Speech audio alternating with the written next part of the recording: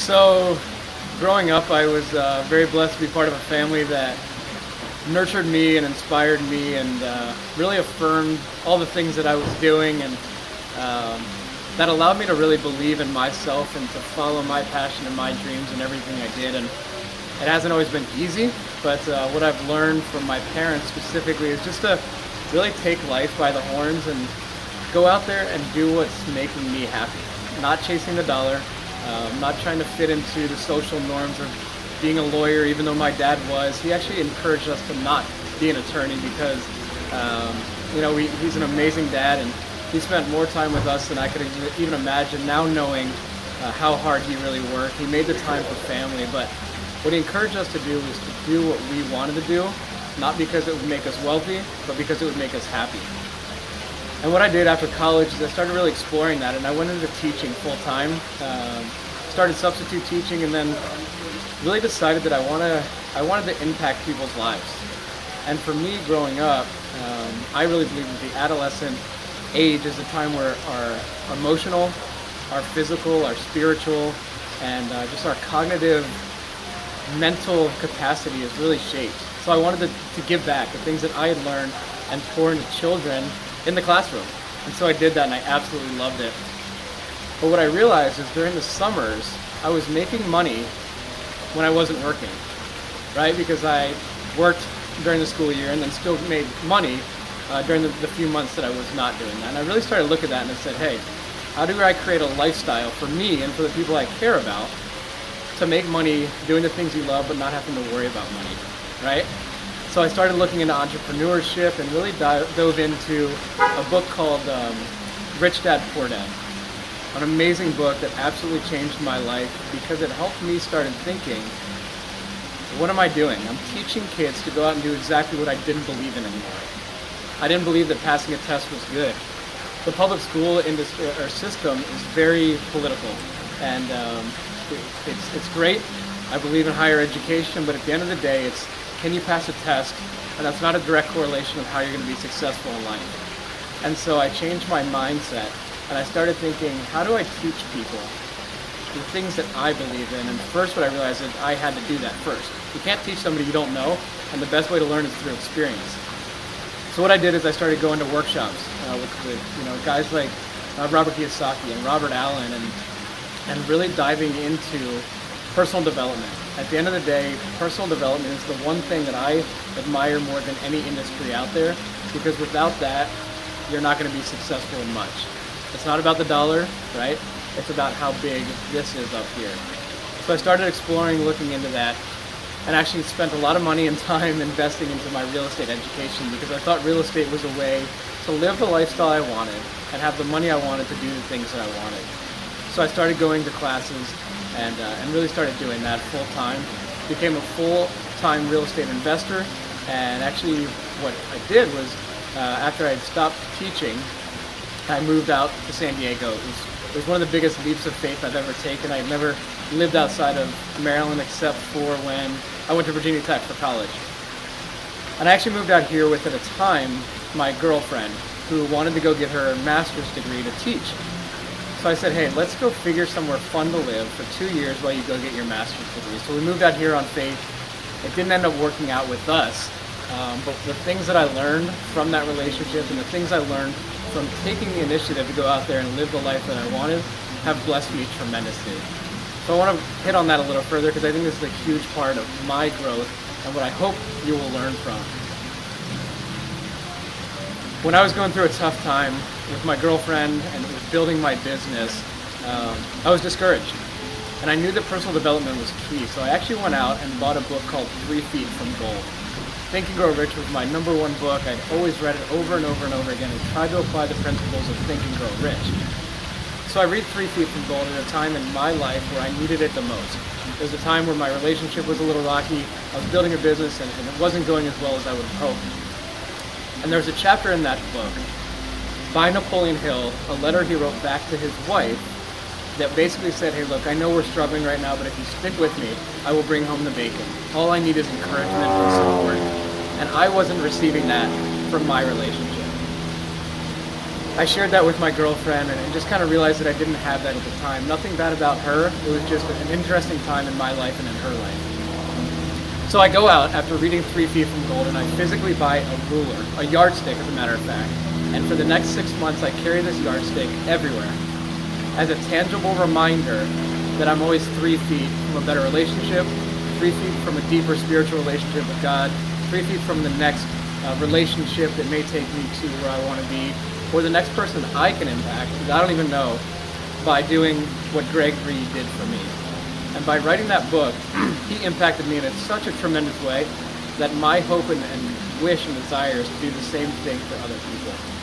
So I was speaking at a real estate event, and I had this yardstick. And at the end of the presentation, a guy comes up to me and he says, "That was an amazing speech. You know, you have passion. It sounds like you know what you want to do, but why the heck do you have a yardstick? Why are you carrying a yardstick around?" And I proceeded to tell this guy the story about 3 Feet from Gold, a book that influenced me, and just told him everything that I just shared with you. And he reaches his hand out and shakes his hand and says, "Hey, I'm Greg Reed, the author of 3 Feet from Gold." So I'm sitting there saying, wow, I've been doing everything I've done to get to this point today, to meet the person that impacted me the most. And I attracted that, I believe, into my life, and that's what I continue to do. And that's what I encourage others to do.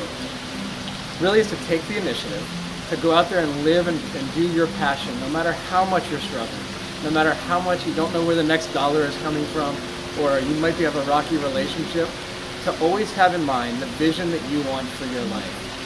And ultimately, my passion is not to be successful for me. Yes, that was my goal initially. What has changed in building my business about relationships in the industry that I'm in is about helping other people get what they want. You know, Zig Ziglar says, if you help people get what they want, you ultimately will have what you want. So I have surrounded myself with people that just believe in helping others, and sometimes it's hard for people to really believe that. You know, I've met so many people that think we're fake or that we're just surface level because we want to make money. And it can be frustrating sometimes because at the end of the day, you can't read somebody's heart unless you listen to them and really get to know them below the surface level. So ultimately my passion, my dream is to just help people explore what they want in life. Deeper than just a nice car or a nice house or vacations or a good marriage. Why? Why do you want those things? Because without that, you have nothing. Life is difficult, right? Building a business can be challenging. Being in relationships is challenging. But when you know that no matter what, you're going to get to where you want to be, that's what continues to make you drive. And I don't know that we ultimately ever find that answer. I think that it's a continual journey that we have to be on. But when you continue getting up every day, passionate about going out there and exploring deeper about who you are as a person and the God-given talents that you've been given, the most challenging part is to nourish that and to feed that and nurture it to a point where you know every day that you're doing exactly what you're called to do. So what I encourage everyone to do is to take the initiative, nourish that streak, and really live your dream. For me, I believe we have a place called nourishing the streak. And what I've learned through everything that I've gotten is that you get to a point in your life where you can nourish the streak of all the things that you've done to get to where you are, where it kind of becomes downhill. Most of the time we're running uphill, right? All the time we're trying to get up and reach this kind of non-real point in our life. But when you get to that and you know what it is, everything kind of seems to fall in your lap. Since I've done this initiative and since I've done all the things that have gotten me to where I am today, doors have opened up that have just given me the opportunity to not only meet the greatest people in the world, but hopefully take those opportunities as you knock on the door to actually open the door and not complain about the knocking noise, right? But to open that opportunity and keep moving forward. Because in my opinion, the people that go out there and take the opportunities that are presented to them, they are the ones that have more opportunities coming to their life. And it's interesting, I was at Bible study last night and we were talking about this. We were talking about the things that get in our way of allowing us to really go forward. And we believe in a day of rest, right? Resting and taking time to own and really think about and pray about, or whatever your belief is about what you're supposed to be doing. And when you're too worried about filling out that next form, signing up that next client, closing that next deal, it distracts you from the people. People are important, not paper, right?